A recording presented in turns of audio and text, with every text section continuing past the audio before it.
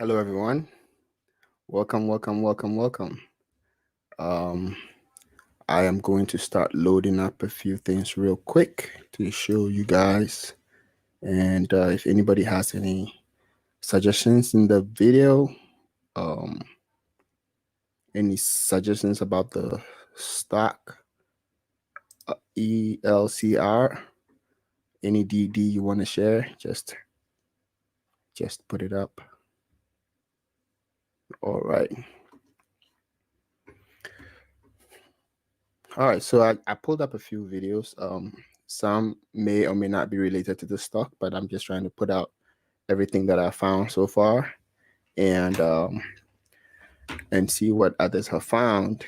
And you never know. You never know. So I'm gonna play this in a minute. Let me load up the next one while we see if we can get a second person on. Hold on. So while the videos are playing, if any of you if you have any information, any more information on ELCR, drop it as you go. I found quite a few. I'm going to share it in different phases. So let's get it rolling. So pretty much this video right here is a video I found about the electric car company from 9 years ago. So that's the thing. 9 years ago, guys. So that means that they were doing some stuff a long time ago. They may not have succeeded, but what they did was they evolved their company. They went on to do a lot of stuff with their limos and other stuff. Like the company has changed a few times, but somehow they still kept the ELCR. But the most important thing was something started happening back in November. Okay, and we can later on I'll show you the chart, and then we'll look at the chart and we'll look at some of the videos that their new company that makes limousines, Mercedes limousines. That's when we're gonna start seeing what how that affected the price and stuff like that. So let's jump right in. I'm gonna start playing this right now.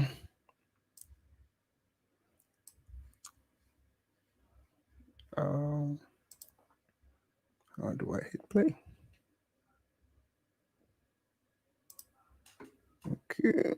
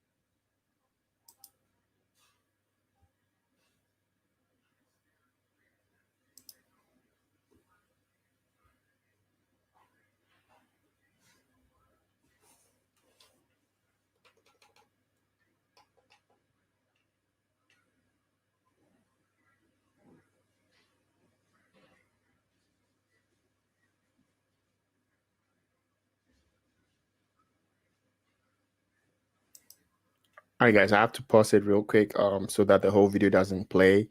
That way YouTube doesn't say I pretty much just stole their video. But I'm making comments on this right here. So they take a car that has a gas engine and they replace it with an electric engine. So think about that. Think about supply and demand.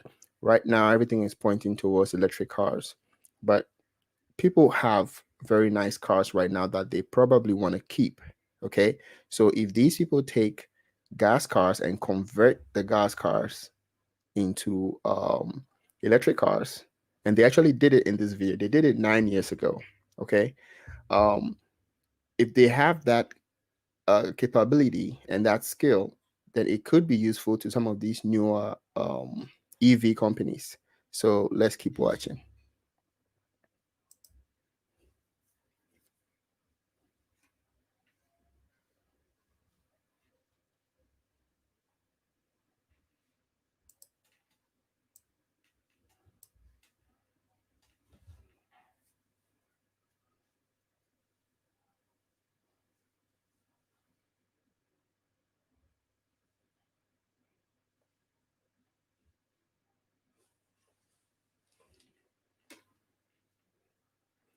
Let me know if you can hear the sound. I just want to know if anyone can hear the sound from the video because I cannot tell.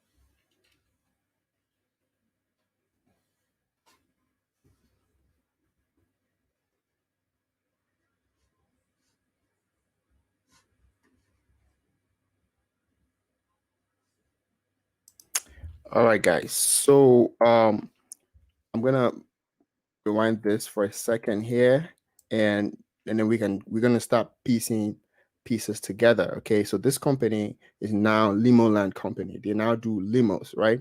But right from the beginning of this video, I saw something which pretty much caught my eye. Hold on, let's go back to the very beginning.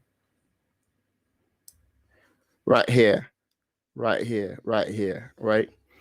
And they somehow evolved into a limo company. Now they are doing limos and a hearse. There was a recent interview with Gary Spaniak, and there's an article that says, "Oh, the same person is the CEO." The CEO, no, he and his dad have the same name, so it's two different people.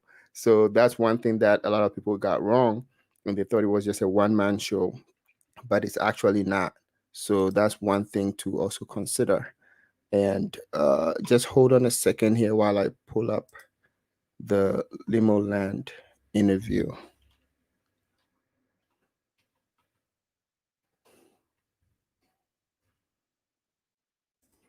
Okay. So just to be completely clear, you guys, this talk is quite speculative. Not gonna lie, it's quite speculative. And if you have a couple $100 to throw in the water, I'd say do it. But if it does come to pass, it has very great upside. So this is what I found. This is what I found about their Facebook page. So they do have a Facebook page with about 17,000 likes, and they actually make Mercedes limos. Okay, so this is a Facebook page that I found, and it's quite quite active, and you can see from the chart that ever since they made the let me show you this interview real quick. So this interview might put some things in perspective. Hold on, let me go here. All right. So those of you who just came in, this company has now evolved into a limo company. They added hearse, so they make hearse as well. So this interview here is very important. So what happened here is, all right, I'm gonna play this in a second right now. So right after this interview, the stock went from 0.0001 to about, maybe I should pull up this thing and then you guys can see. All right. All right. Can you guys see that? Okay. So right after that interview, the stock went from 0.002. Okay. And then it went up here to around 0.005, and it held its own around 0.005 to 0.004 all through the month of December. Okay. Now, let me go back here and I'm going to let you guys listen to the interview yourself. But the ticker symbol never changed. The company changed 3 times, but the ticker symbol never changed.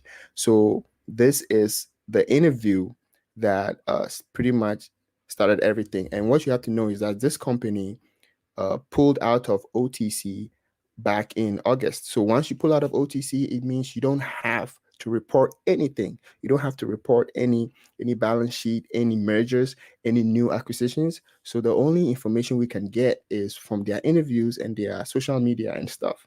So that's how it works. So the question is, why did they pull out of the OTC stuff? I heard they had a quarrel with some of the paperwork and stuff like that, but that's all up there. So I'm gonna hit this right now.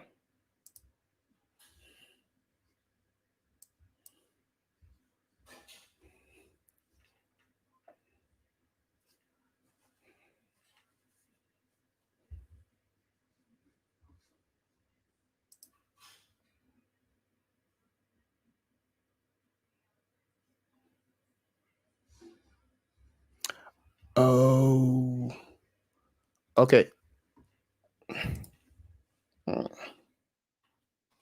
right, guys, thanks. I am going to fix the audio right now. Thanks. Oh man, that sucks. All right, let me fix that right now. I'm gonna have to stop screen, and then I'm gonna go back to share screen. And so that means I'll go back and play the first video and as well. But I'll make you guys listen to this one first.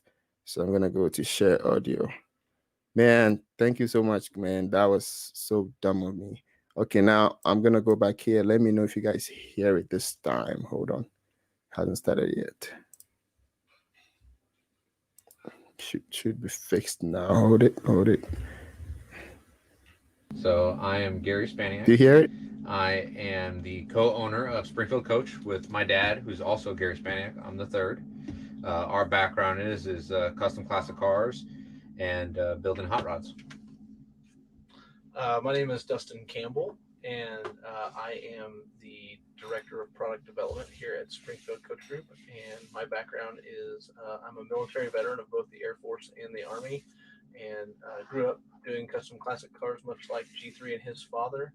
And most recently worked directly and indirectly in the funeral industry for about the last 5 years. That's another question. All right, who is a CG?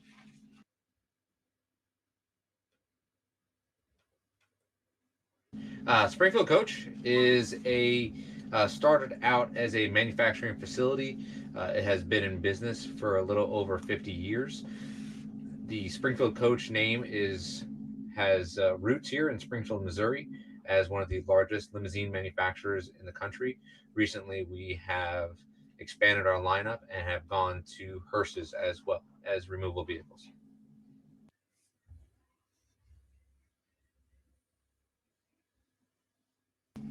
When I started here, I came directly out of the funeral industry, and kind of started it as a joke. I kind of told G3 and his dad that we should design a hearse, and much to my chagrin, they just agreed. They said something that had been in their in the forefront of their mind for a while, but they didn't really have the knowledge or the know-how, and so with that, they kind of gave me the reins to kind. All right, sorry guys, I have to pause it for just a few seconds so that YouTube doesn't say I completely stole the video, so that it's mixed with my content as well. So this is Gary Spaniak right here, and he and his dad are co-owners of the company. Now, whoever wrote the article for Seeking Alpha recently said, oh, they only saw one name, and that one guy is the same COO, the CEO, and everything. So it doesn't look real. They didn't do their research well. The guy has the same name as his dad. So one of them is Junior and the other one is just the Gary Spaniak No Jr. So that's one thing they got wrong, and their business model pretty much switched. So now they're telling us what they are doing now. This interview came about right at the end of November, and this is what happened to the stock. So look at that. So after this interview came about, you could see that some activity started, and somehow it went from 0.001 and it held its own around 0.005, 0.004 for a long time, for like up till this point when it decided to blow up. Okay. All right, let's go right back to the video.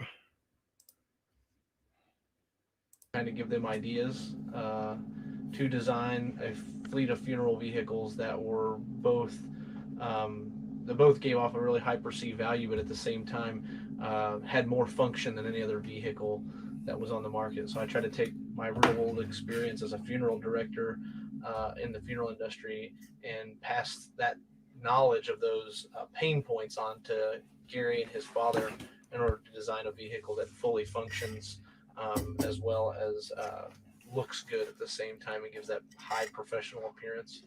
And we've created something really great.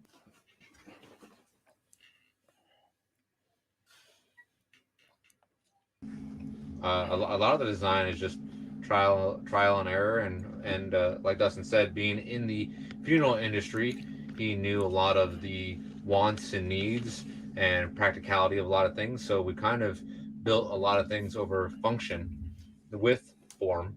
What do you think? Yeah, that's pretty much it. I mean, we already had a great platform to start off with, so we knew we were going to give a high perceived value with the Mercedes chassis. We just really, obviously, my pain points and the things I wanted to see may not be the same as everybody else. So we were gracious enough to have several funeral homes throughout the country and several medical examiners' offices, and mortuary transport companies consult with us and tell us, they wanted to see this and not that. So a lot of it was just a lot of time of R&D and trial and error and things like that.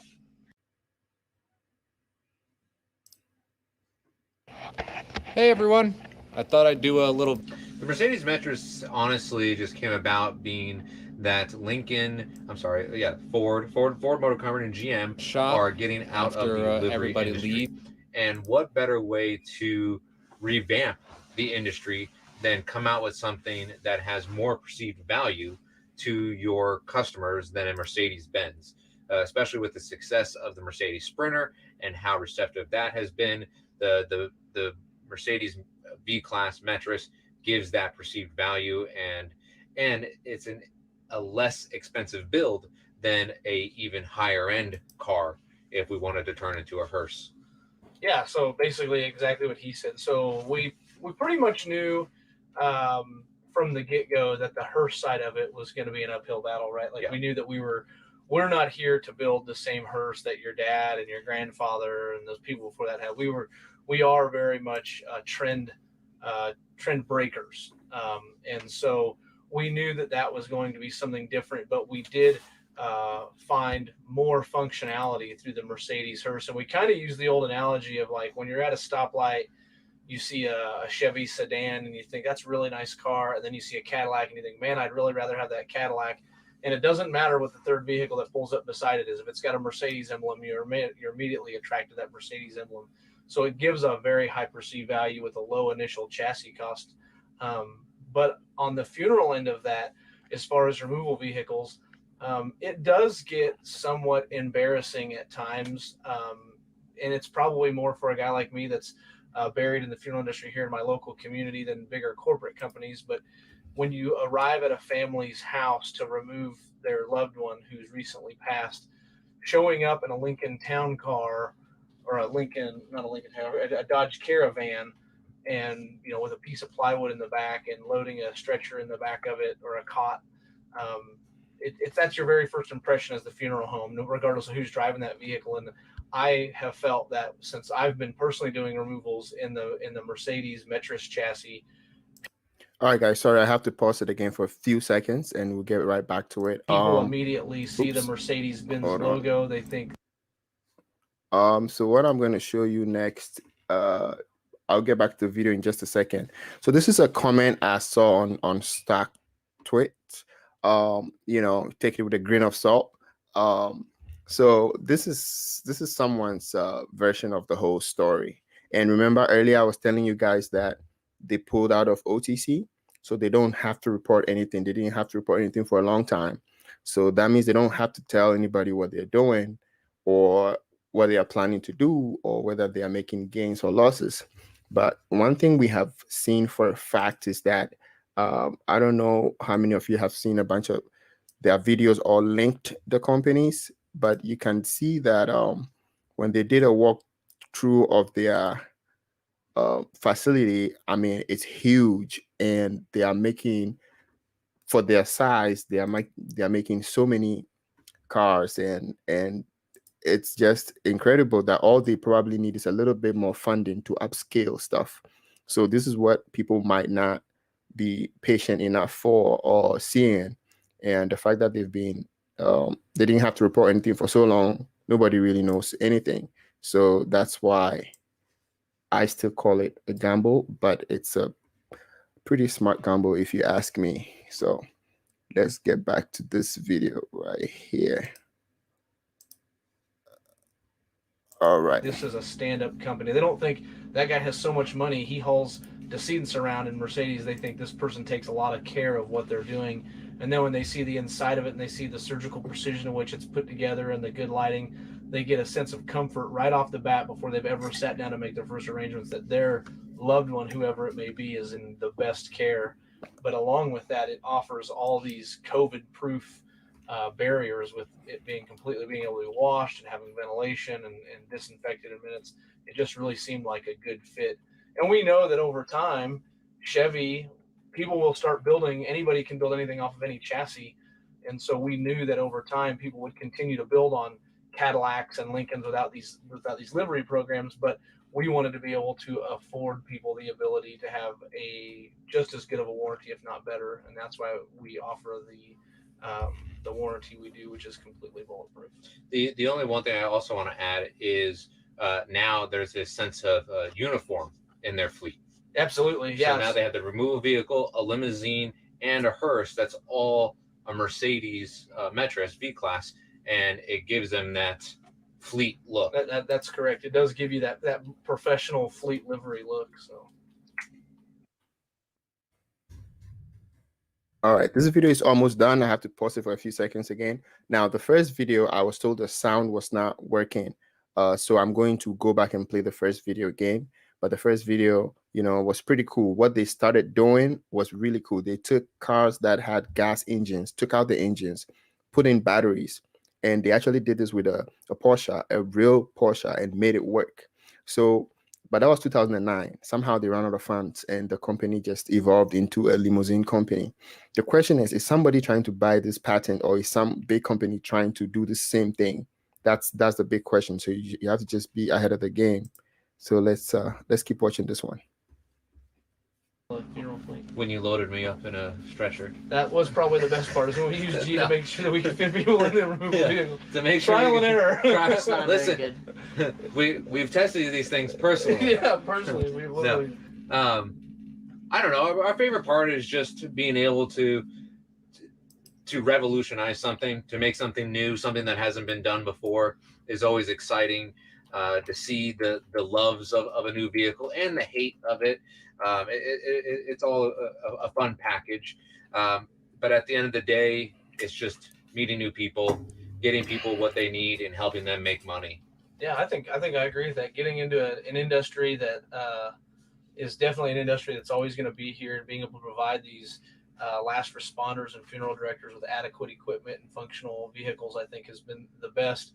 Obviously, my favorite part is when a person reluctantly buys it and then they get it and they're like, "Oh my gosh, this is the best vehicle ever. This works so well." And what, we feel safer and they feel safer, or the family felt like family hearse idea. They really like the pomp and circumstance of being able to take dad for a last drive or escort their brother to his final resting place. I think that's been warming all over.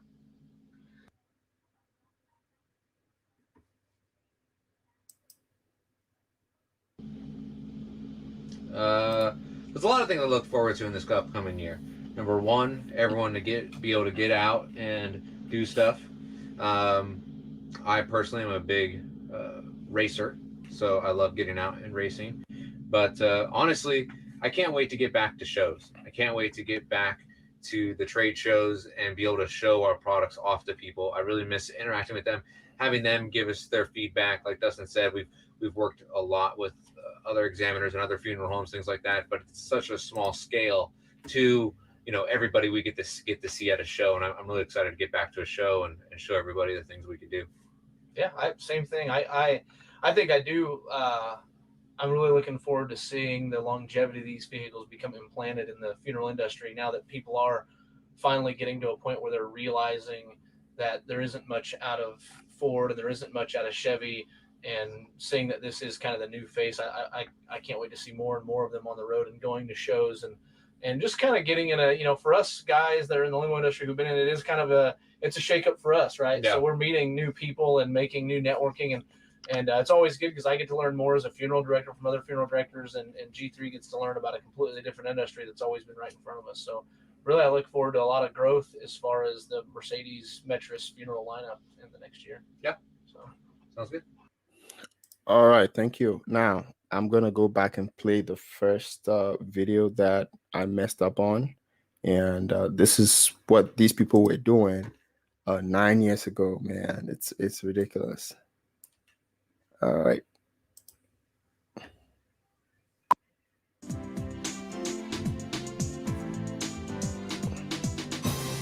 Let me know if the sound is still on this time. The electric car company is something that I'd like to, obviously, with Imperial Coach Builders and what we're doing going forward, we're a forward-thinking company that I think is the leader in this industry right now.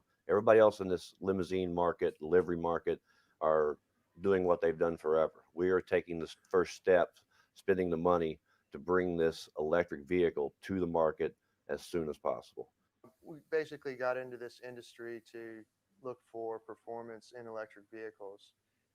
Electric motors, controllers, batteries are made in all different types for different applications. We do a conversion from gasoline to electricity, starting with the removal of the gas engine and replacement through our couplers and drive pieces to make the motor come together with the transmission.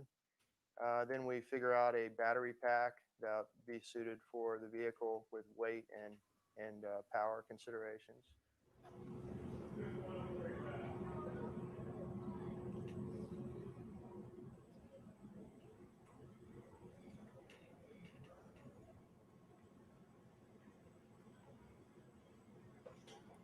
So that is the electric Porsche, man. They took out the gas engine and replaced it. No other company is doing that.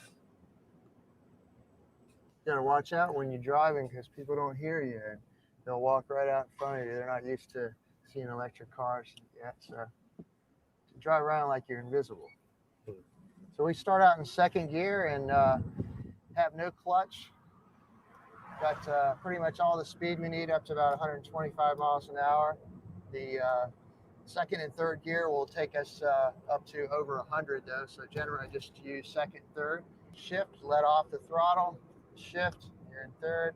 This is our voltmeter. This tells us what we have. This is like our gas gauge, and with this, we know that when we leave, we have about 12.5 volts. When we're done driving, we shouldn't go past about 10.5 to keep the lifespan of the battery the best that it can be, because the can have a 8 to 12 year lifespan. And it's all about taking care of your battery and not over abusing the range.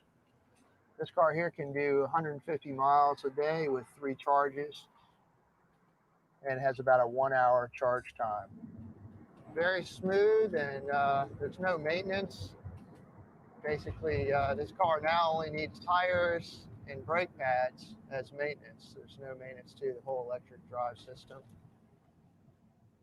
And we've got more power with this than we have with a normal brand new Porsche at some points, from about 20 to 50 miles an hour. It's actually a faster car. So it really has no resistance at all. When you let off the throttle, it's ready to just coast like crazy. So sometimes I can coast about 3/4 of a mile after I got up to speed before I have to touch the accelerator again. It's passing people, and it's really a smooth operation.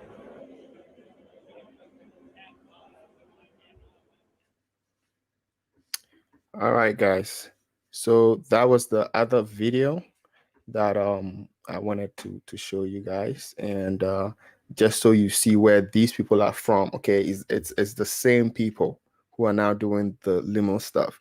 So this is the same knowledge that they had, but this was back when electric cars was not a big thing, and I don't think people didn't pay attention to electric cars and all that. So that's why they probably didn't get enough funding and all that. So now let's go back to the chart for just a second. I'm not a big chart person, but it's good to let's take a pretty close look at the 5-day. Okay. Now, very interestingly, I thought it was going to come back down till about 0.12, but it never really got there. It means there's a lot of people who bought. Some people bought on the way up here. Some people bought all the way up here. Some people bought around this place hoping for a quick rebound, but they didn't get the rebound. So there are a lot of people who are holding the bag around 0.007 and 0.0065. So this is going to be a very strong resistance level whenever it gets up here. But most of these people are going to, at the minimum, hold until it gets to 0.006 to 0.007. So right now, if you are to get in at 0.0029, and you don't intend to wait to get 20 times your money or 10 times your money, one thing I'm pretty sure of is definitely there's going to be a pushback up to 0.007. If you only want to take 3x 300%, that's a pretty sure fact. But I think this could run if any of the news is true. If there's any truth at all to any of the stuff above, it's going to run. And the most interesting part was on Friday when the VWAP, so my VWAP here is a dotted line. When the price went below the VWAP, that's when it was a clear indicator for me that it was a buy, because it was people were just holding on tight. Nobody was letting it go. So when the price went below the VWAP, I'm like, yo, that's the bottom, man. Let's scoop it up.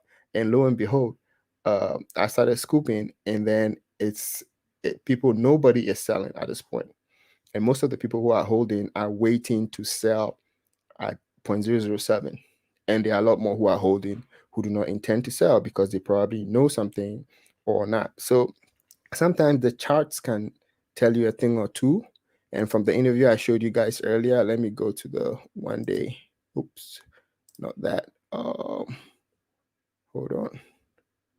Days there. So the interview I showed you guys earlier was right around here. That's when things picked up. So yeah, just trying to put the pieces together and throw some bucks at it and just let's see how it's gonna all pan out. I think my live, how long have I been on? I've been on for a while now. If anybody else has anything to say, let me hear it. And I have a video I'm making right now. I want to go finish that video. So thank you guys all for being here and watching. And I hope to see more, hear more action. So, all right, peace.